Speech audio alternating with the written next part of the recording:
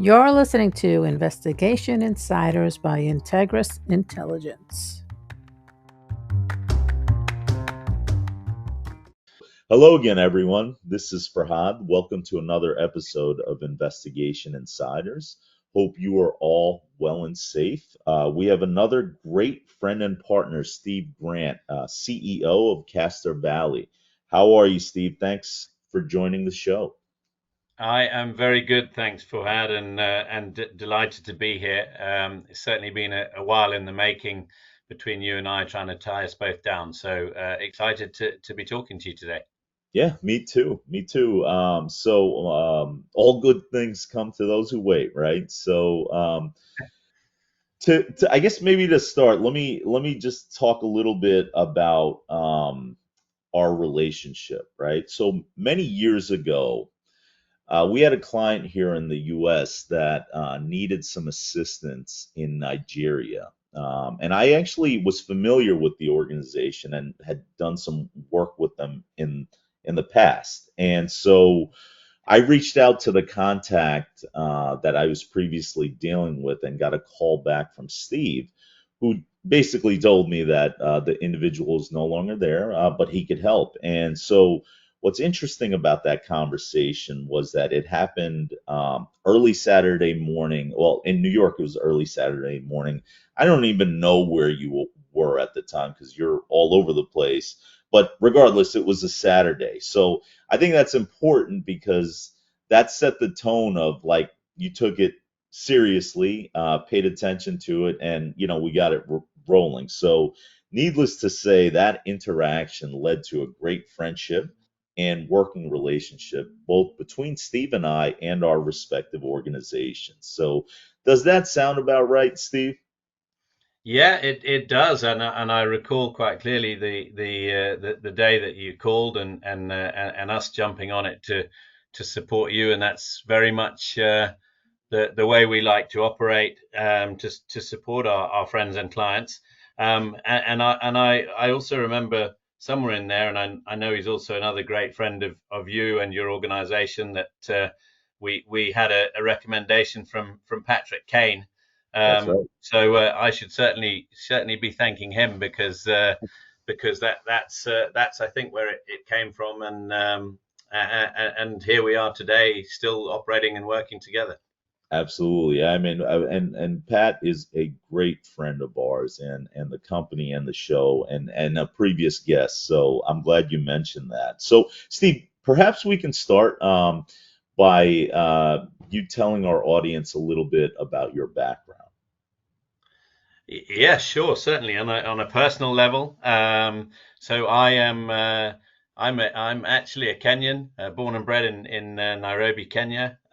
Fortunate enough to be a dual citizenship holder, so I also hold British citizenship, but I very much call Kenya home. And that's where I grew up, and that's, I guess, where my formative years were, and I guess where a lot of my experiences that shape who I am and how I operate and work in Africa, particularly today, comes from. I was originally very unsure what I wanted to do, as a lot of young sort of teenagers, school leavers are, and I and if you grow up in Kenya, you tend to either end up in tourism and conservation or in agriculture. And I was certainly no farmer, so I actually studied in tourism and business, but very quickly fell into, I guess, the operations and logistics side of the business, and worked in some pretty remote and interesting and exciting parts of at that stage East Africa and Tanzania particularly, and that kind of built me into kind of a lot more of this role that I do now, in terms of being a solutions provider and finding solutions to challenges and problems that not everybody else can do, and that's something that I still relish and I love about what we do today. Our clients will bring us challenges and problems, and our job is to try and find them solutions. I think that's a great description of what we do, right? Like is people have problems and we help them come up with solutions. So I think that's a great sort of description. So you talked about where you grew up and sort of not knowing what you wanted to do when you got older, but talk about how you specifically got into the business. Like, do you remember kind of like the decision making process, and what sort of like actually led you into doing what you're doing? Yeah, I probably was a little bit of a victim of chance or circumstance, and fell into it a little bit in that I had I'd been, as I said, in operations and logistics, and in that part of the world, security always fell under the umbrella of operations and logistics. So I'd managed people, managed security, and tried to learn a bit of that as I went along. And then I actually ended up in a full-on logistics role, which didn't go so well for me or the guy that I worked with, and ended relatively acrimoniously, unfortunately. But that had me looking for work, and some individuals that I knew had a security manager role come up for a big sugar estate in Tanzania, where they needed a security manager, and asked me if I'd want to do it. And I remember saying to them, well, I've only kind of run security as part of an operations role. And their response to me at the time was, it's managing people and it's managing challenges, and you've been doing that all along, so you'll be fine at it. And I accepted the job, and that was back in 2004, I think, and here I still am, 20 years on, still in the security industry. Oh, that's amazing. And so like you mentioned that grown up in Kenya and Africa, the continent and as a whole, you've spent a lot of time. Can you talk about the things you like the most about Africa? Yeah, absolutely. I mean, I guess, as I said, Africa's home for me. The people, the cultures, the smells, the wide open spaces. I think it's all there for me. If somebody asked me, in fact, I had a conversation this week at a conference in Europe. They said, "So you've got two passports, but if somebody asks you uh, what nationality you are, what's your answer?" And my answer was Kenyan, and that remains because it's home. And so, whilst of course I'm not based there now, I get back a lot.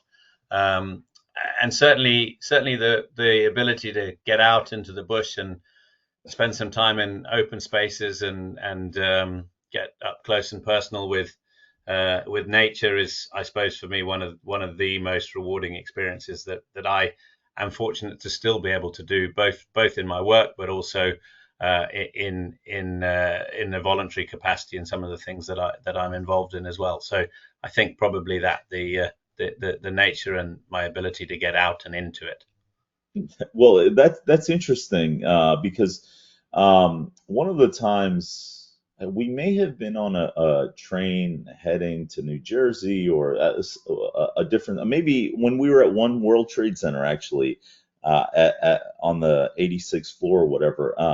You had actually shown me some pictures of you out in the wild, and in my head, I was thinking, maybe I should help Steve while he's in America seek, whatever, medical or psychiatric help he needs to kind of deal with this. But for you, it was all natural, right? The pictures you were showing me. So can you talk a little bit about your experiences with animals, and including how close you've gotten to them? And keep in mind that, again, I'm a city guy from Queens, New York, so everything that you showed me was very, very foreign to me.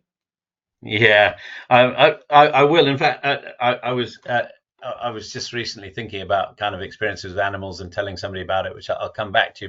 But for me, I'm very involved in a conservation organization called the Rhino Charge, which raises money and funds for conservation and to protect the natural water resources for Kenya, and that's the water for the population at large.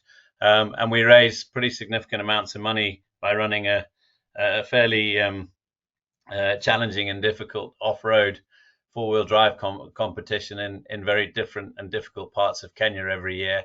And one of the biggest thrills for me is actually part of being there and setting that up. We get out to go to the bush, and we go and we to spend time walking, and we spend time driving in places with no roads and no communications. And my ideal night out in the bush is my camp bed under a tree, and the stars above me, and that that for me is absolute heaven on earth, and that's my relief from stress and the day to day. And in that, there's experiences with wildlife, often close up and personal. But actually, not this summer just gone. The summer before, we, as a family, took a trip with my wife and my sons and my parents, and we did a safari up in northern Kenya, and we camped in two very beautiful national parks for some of the time, right by the river.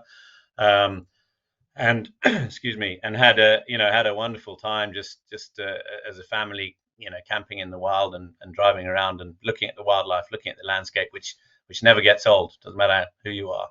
But one of the places we visited on that trip was an elephant sanctuary, which is called the Roteti Elephant Sanctuary, which is a donor-funded, community-run project which rescues orphaned young elephants and treats them if they're injured, cares for them, and the community in the area are the ones that provide that care, feed them milk bottles, etc., rehabilitate them and grow them and teach them to be wild elephants and release them back to the wild.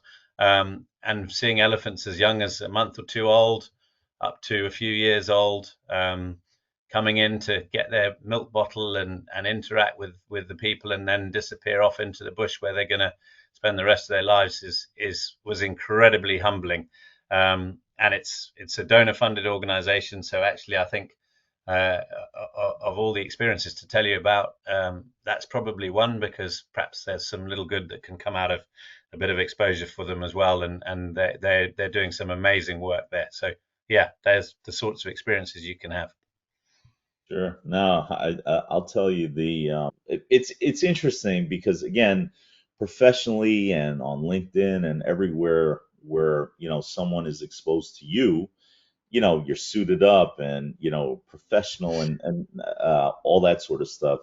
Who would think that you're also running with the lions on the side, right? So it is really neat. So now that we know a little bit more about you, or our audience does, let's talk about the show. So the role of intelligence in mitigating risk in Africa. Obviously, there's a lot of U.S. and other countries doing business in Africa for different reasons, right?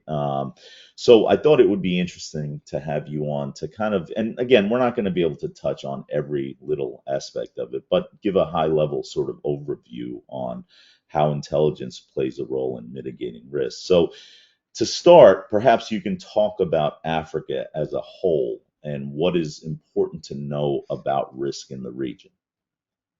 Yeah, sure, certainly. And yeah, as you say, a huge subject. So one we certainly won't cover everything on, and one I hope I can do a little bit of justice. But I, as you've already heard, am passionate about Africa, but as a business, and we dedicate our business to helping entities operate across that continent and across all sectors.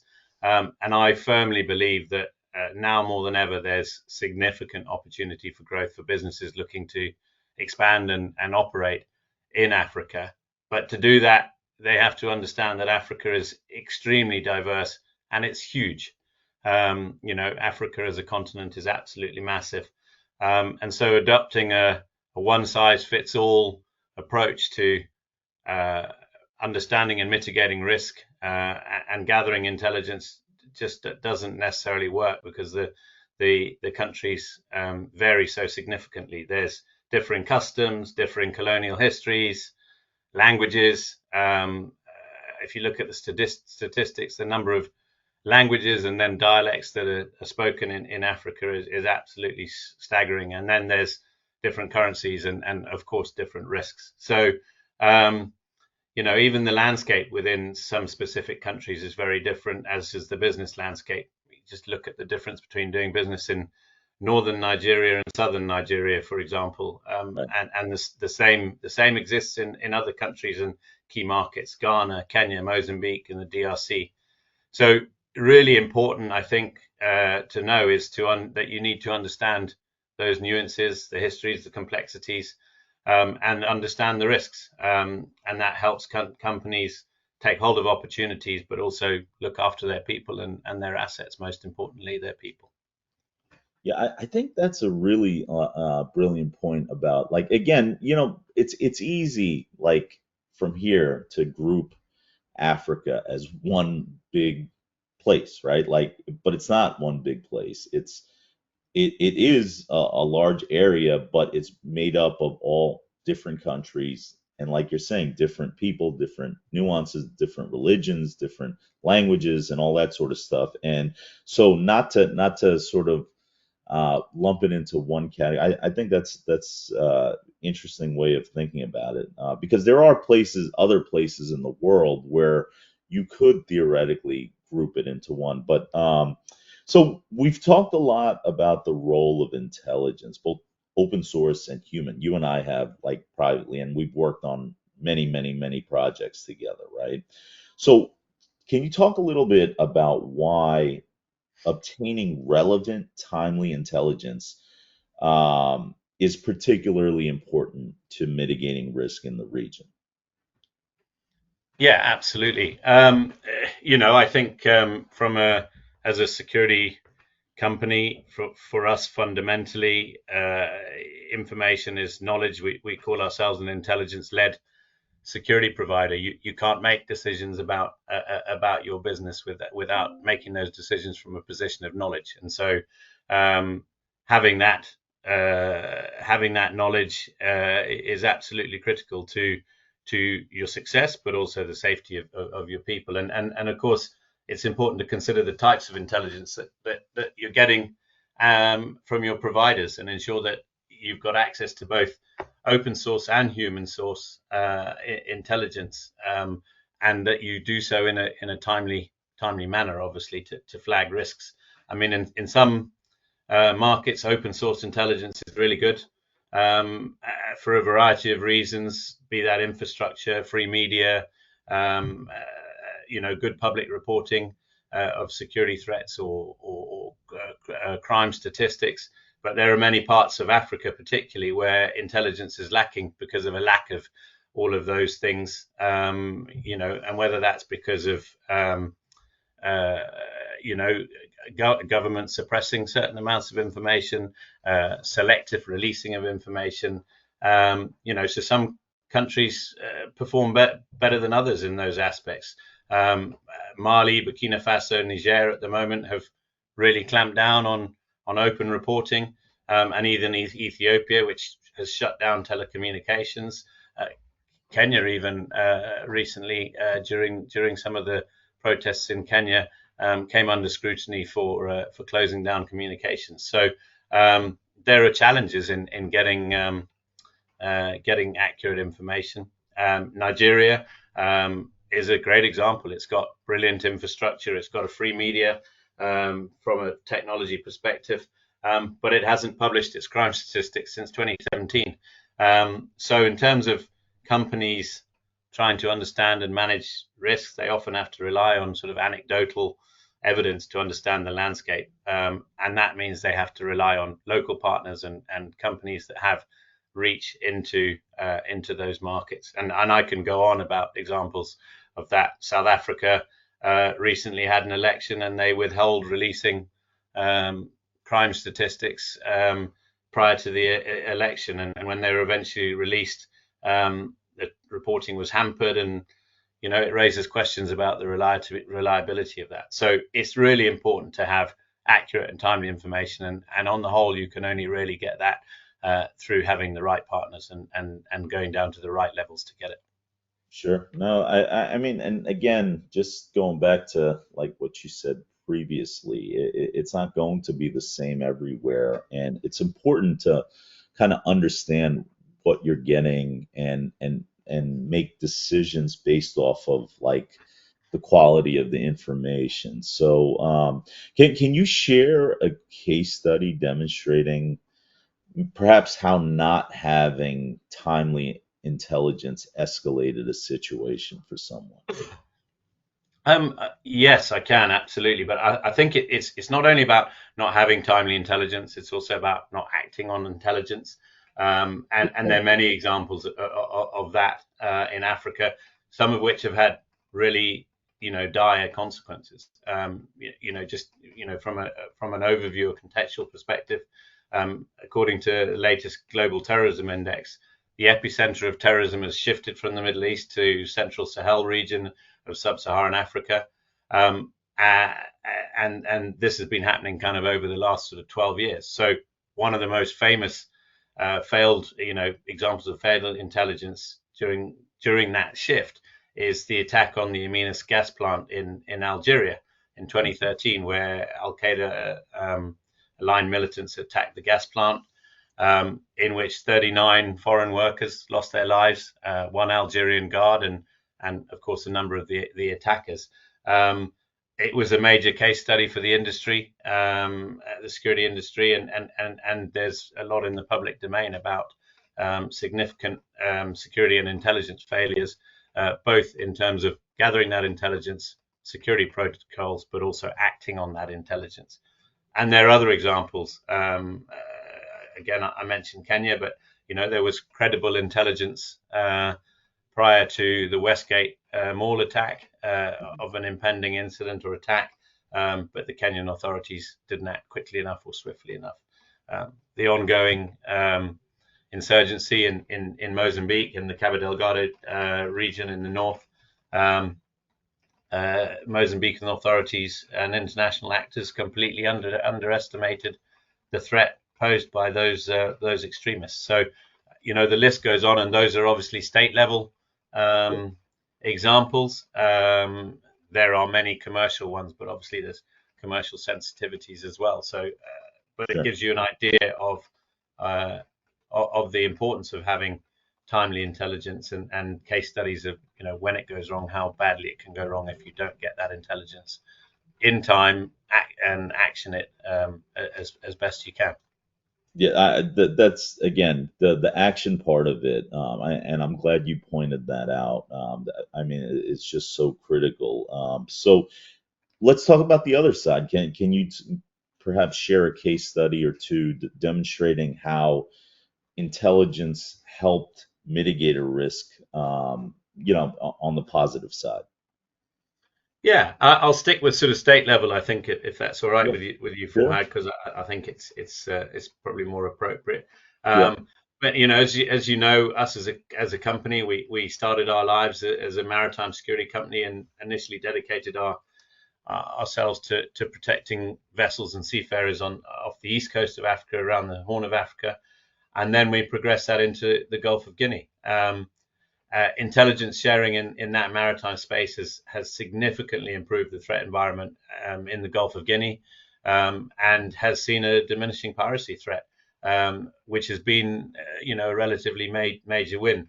Intelligence agencies from the Gulf of Guinea countries, Nigeria, Ghana, Ivory Coast, as well as international partners, the US, European Union, etc., has really intensified and in doing that, there's been a significant reduction in the levels of piracy, or piracy incidents, shall I say, at least, with the last major attack having occurred in mid 2023.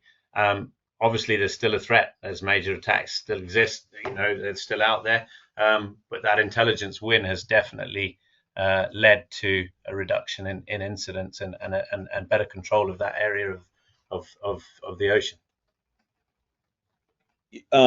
That's really helpful. We've worked together on several, well, I mean, quite a few supply chain related issues, right? Yeah. And I mean, we've talked about this. I mean, from the cases that we've worked together, as well as just follow up on, again, getting intelligence, but again, your point about acting upon it, right?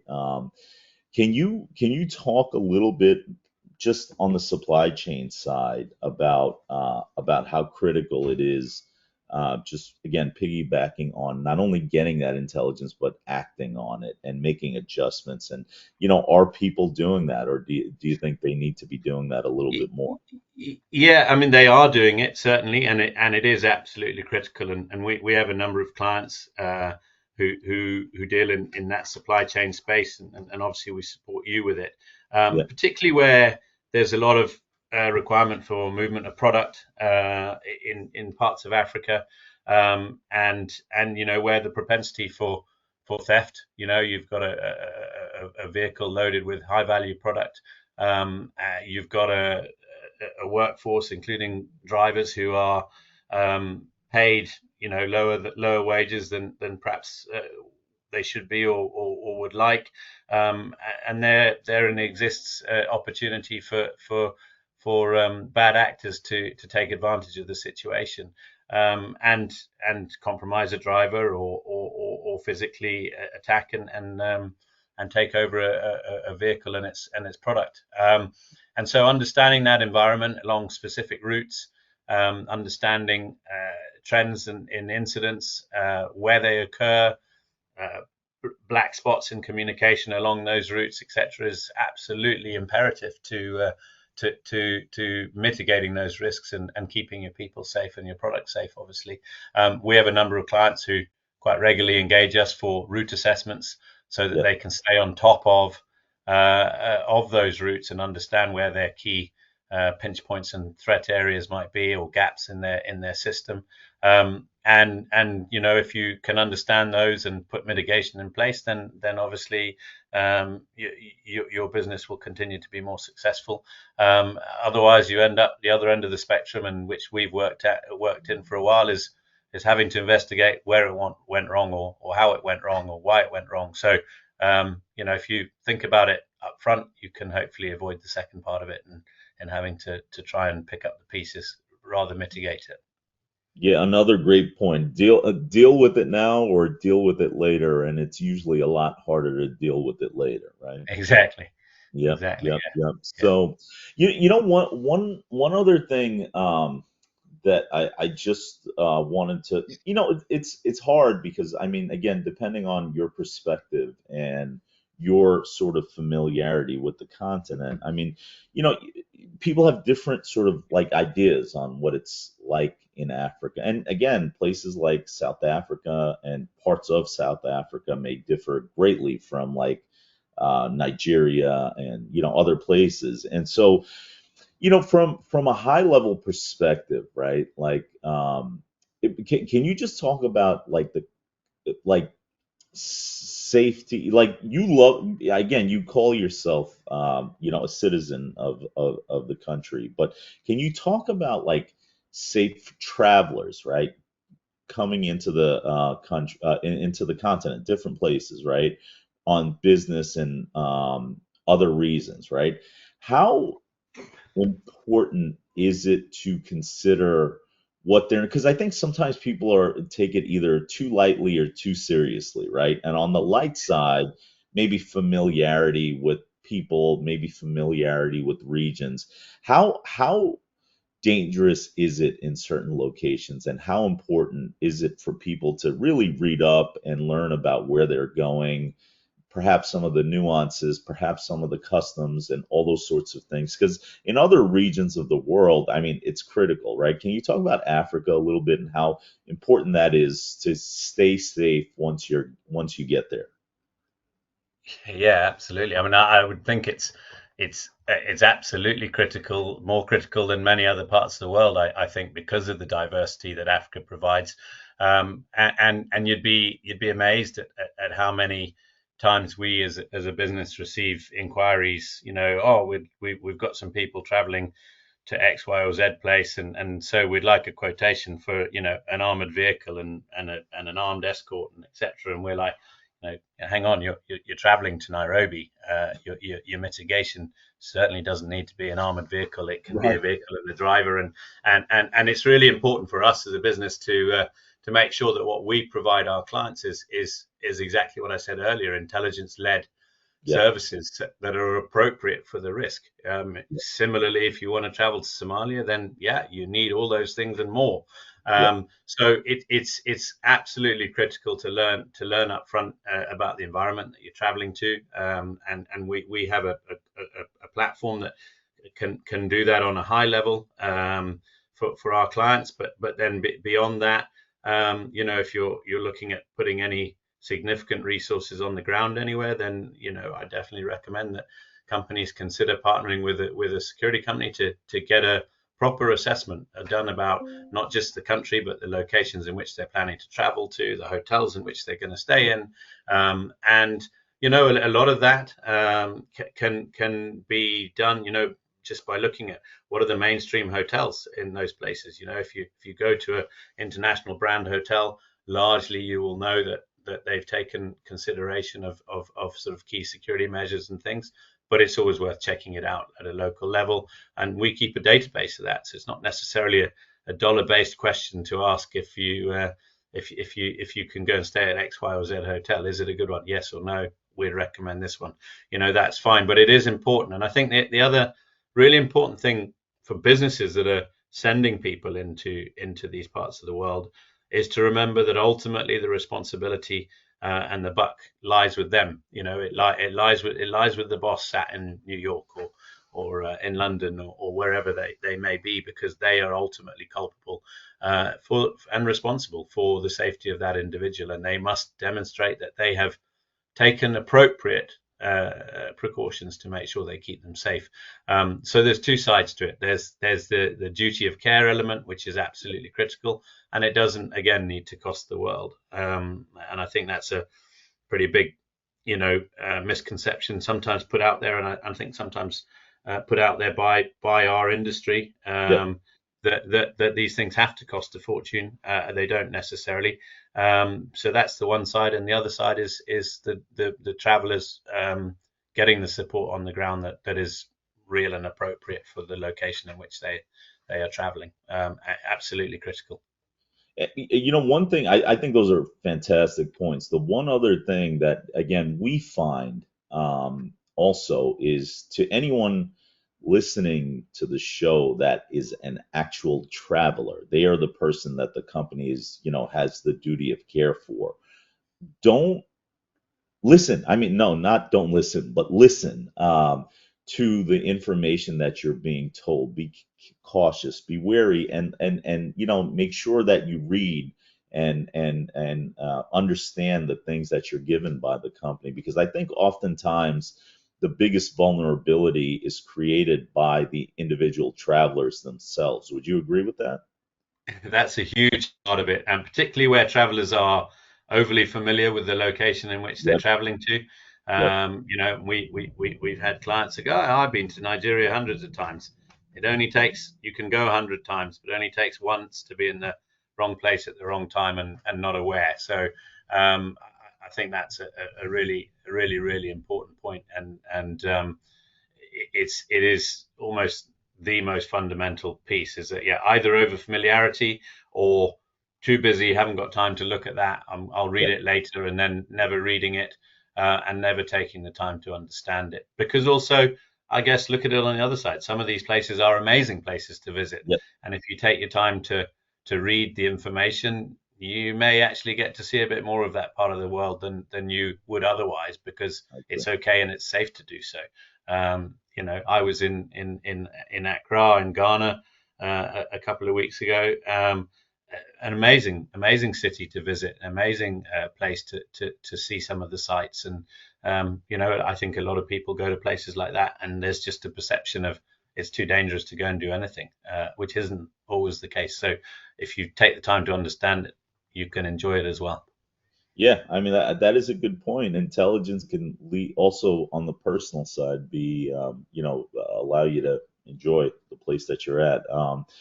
So I guess leading into the conclusion for the show, what are your biggest concerns for U.S. company and security concerns for U.S. companies with business interests in the region? When I say the region, I mean Africa as a whole. And what Okay. recommendations do you have? Yeah, I mean, I think there's a few bits. I was at a conference in Germany on a small panel not long ago. It was specifically focused to critical infrastructure. But one of the questions that was asked of me is, what are the biggest changes that have happened in the security picture in the region, and particularly with reference, therefore, to US or European companies operating. And the investment environment and the environment in Africa and the geopolitical situation in Africa is a significant thing that people need to be concerned about. There's been declining US and other investment in parts of Africa.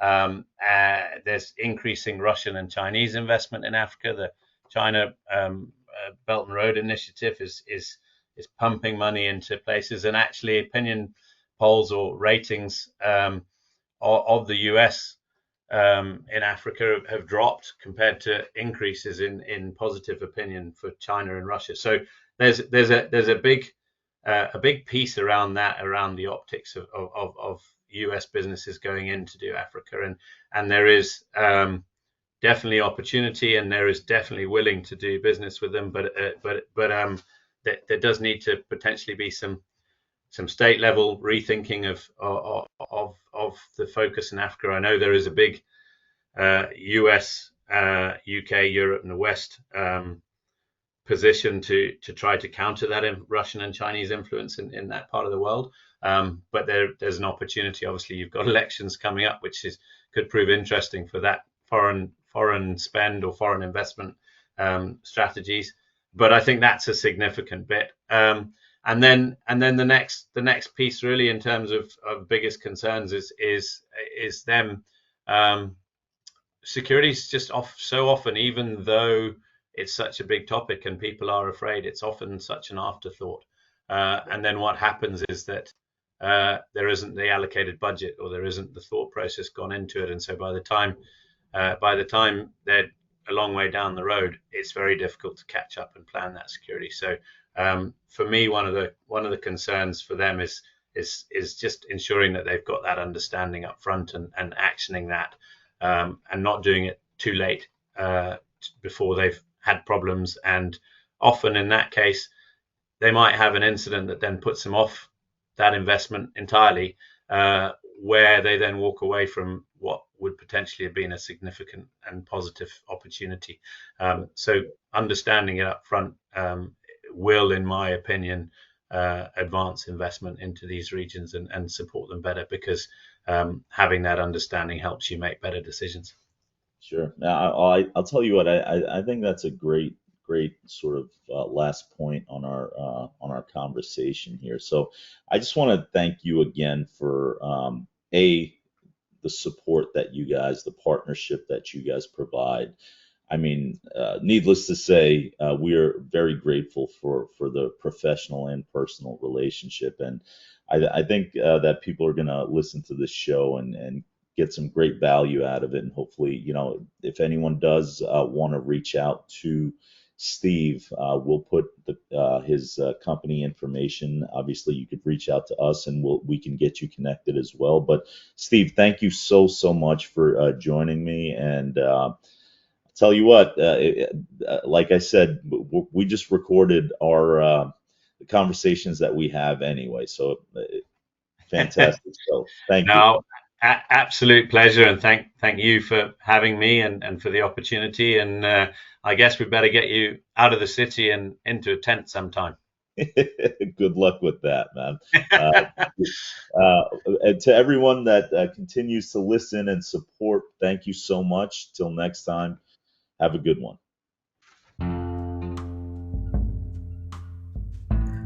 Don't forget to follow us. We are on LinkedIn and Facebook, Instagram, Twitter, and YouTube.